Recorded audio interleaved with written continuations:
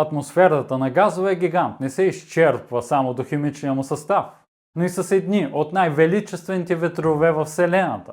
Макар да не са най-бързите в Слънчевата система, тяхната сила се крие в хаоса на противоположните течения, които принуждават облаците да се движат в различни посоки.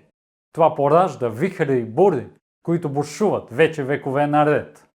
Една такава буря е голямото червено петно и според онова, което знаем, то се върти вече стотици години.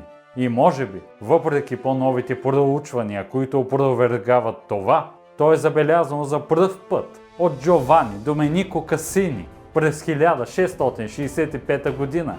Макар да имаме съмнения дали бурята, която Касини е наблюдавал, е същата, която виждаме днес, можем с голяма убедителност да кажем, че голямото червено петно е на минимум 200 години. Причината за това несъответствие идва от факта, че непрекъснатите наблюдения над огромния циклон започват едва през 1831 година, а между откритието на Касини и 19 век астрономите не са обръщали голямо внимание на вихрите на газовия гигант. Въпреки това, голямото червено петно стои като космически монумент, напомняйки ни за времето и силите във Вселената, които не спират да ни удивляват.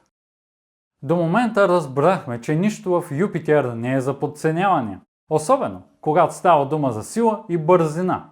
Голямото червено петно също не прави изключение. Скоростта, с която се върти тази масивна буря, е в диапазон между 430 до 680 км в час, а на дълбочина достига до 500 км, а в диаметър то е колкото Земята. И с течение на времето червеното петно постоянно променя своите форма и размери.